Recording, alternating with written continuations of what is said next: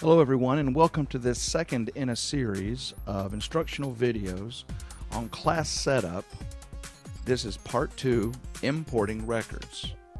We'll begin by importing records from the CSV file that we created in part 1 to create student users. Then we'll add individual users to the server one at a time. That way the list can be edited. And finally, for any student that we've input, we will create home directories for each of them to use for storage on the server. So let's begin. Okay, the first thing you'll need to do is to log on to your server in your lab. And once you're logged on, you'll need to launch the Workgroup Manager. It's probably in your dock, but if it's not, you can go find it. Make sure that you once you open it up, you're going to need to authenticate who you are. In this case, my address is going to be different than yours, but that's the address there, and it should come up with the address.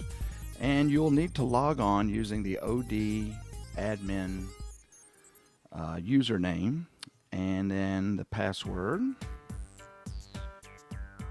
And then you will just hit connect. Once you're authenticated on the server, the Workgroup Manager will open, and in this toolbar across the top of the window, I'm selecting Accounts, and below that I am selecting the single accounts that I would have input already. There are only 2, so yes, I do need to import the accounts that I have selected in my classes. So from here, I'm going to the main menu at the top. I'm going to select Server and come all the way down to the bottom and select Import. When I select Import, a new window appears inside the Workgroup Manager asking me what am I importing, and I have on the desktop already left the Student Import 2012 file. This is what I wish to import. Below that, in the same window, I have some things I need to make sure that I list as well. Under duplicate handling, it should read ignore new record. If it does not, just pull down the menu and select ignore new record. Under preset for users, it should say on yours student here. So the preset for users is student. Make sure it does. Once all of that reads correctly, click import and you get another window. Under this window, we're telling the Workgroup Manager how we wish to import our columns or our fields from the spreadsheet. To do this, the first thing we do, and we need to make sure that our record type is users. That's what we're importing. Down below that, under special characters, attribute delimiter should not read probably what's there, the default. It needs to read 0x2c minus or dash. And the attribute value delimiter should read 0x3a dash with a colon after it. Now that you have that, you'll see the field mapping window below that. This area needs to match up across the 2 columns. The value in the sample record should match the attribute on the right side. So do not enter. Attribute already matches. I just click on it and make sure that it does. Under first name, I'm going to click on that field just across from it, and I notice I get a list of many choices. These are fields that can be imported into. I do not see first name, so I'm going to go all the way to the bottom and I'm going to select Other. Now I get an additional window, and in alphabetical order everything is listed that you can actually import into the fields you can, and I'm going to go down to the F's and find first name, and there it is, and I'm going to select it. Notice first name comes up across from first name, and again you just want these to match. Last name, I need it to match. I'm going to go down. It does not read in the original list, so I go to Other once again and I go to last name.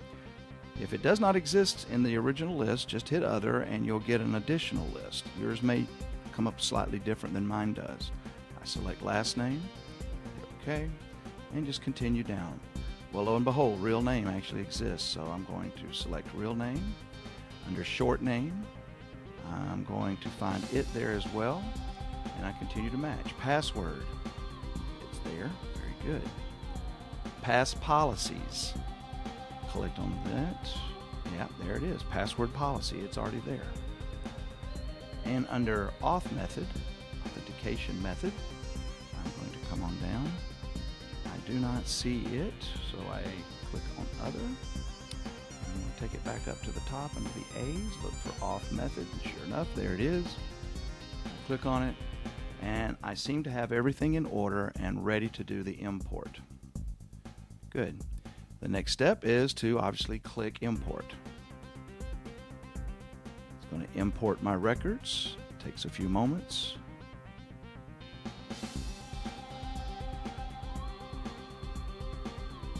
Voila.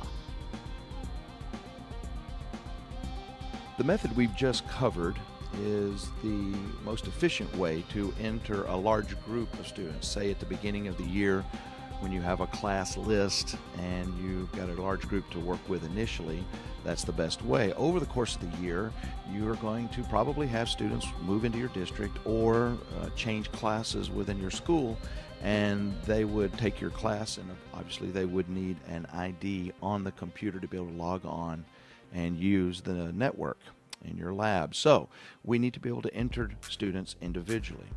To do that, you would obviously need to log back on to Workgroup Manager using the OD admin ID and password. You also want to verify that your lock over here on the right side is unlocked. If it is locked, you will need to click on it and then re-authenticate to unlock it so that you can make changes. From here, we would simply begin by making sure that the accounts tool has been selected. You are in individual accounts again, and just to the right you'll notice this icon, this tool, which is entering new user. I would click on the new user. What would come up would be this screen here on the right, this part of the window, and I have the opportunity to enter their personal information. So I wanted to enter John Wayne. Following that, the user ID, it will select a unique user ID, probably in the order that you've already been using, and it would select, or you may put in your own, depending on how you wish to do that. Once you've entered the name, you also then have short names. These are names that the student can use to log in under. So what you might consider doing is going right under the full name that you just put in, or Wayne John or whatever. Double click, create a new one, and keeping with our way of doing it, I want to go ahead and add a short name, Wayne J. Following this, we would need to enter a password. We've got to enter it twice. So once you've entered it once, you take it to the verify. We make sure it is the same here. At the bottom, you would want to make sure this preset, just like it was in the import of the large spreadsheet, this needs to read students or student. If it does read student, then all of the other settings should be correct for you. In other words, it'll let them access their account. They are not allowed to administer the server. That is your job, and they shouldn't be allowed those privileges. So once all of this is set up, we then hit save, and we have added his ID. Notice here to the left, John Wayne is in. We might have put it in as Wayne John. However you wish to put it in works just fine. The only remaining task for this particular video is to create a place on the server that every student user in the lab can access to store their files, their materials, and have a central place just to go to access all of these. We're going to do this by creating a home directory. So to do this, I'm going to select all of the users that I have just imported or entered individually. I select them all, and at the top again I go across my tools here at the right below the main toolbar, and I select the home page. This tells me where we're going to store these. Yours will look a lot different than this one, but this is the same process. And to do this, since we have everyone selected, I'm going to go down and notice at the bottom there's a Create Home Now button. It will create a home and a home directory with places set aside for each student on the save. So once I click it, home directory creation will be attempted on the save. Everyone is selected, and I hit save. A home directory is very important because this is where students will be able to save their files other than on their local computer. This will allow them to go from any workstation to another workstation, log on, and be able to access their files no matter where they're working from within the lab. And it will give them a central repository to save all their files. The next video will demonstrate how students will access their home directory on the server and save files to it. They will be able to store files, access assignments, and turn in their work using a Dropbox. Thank you.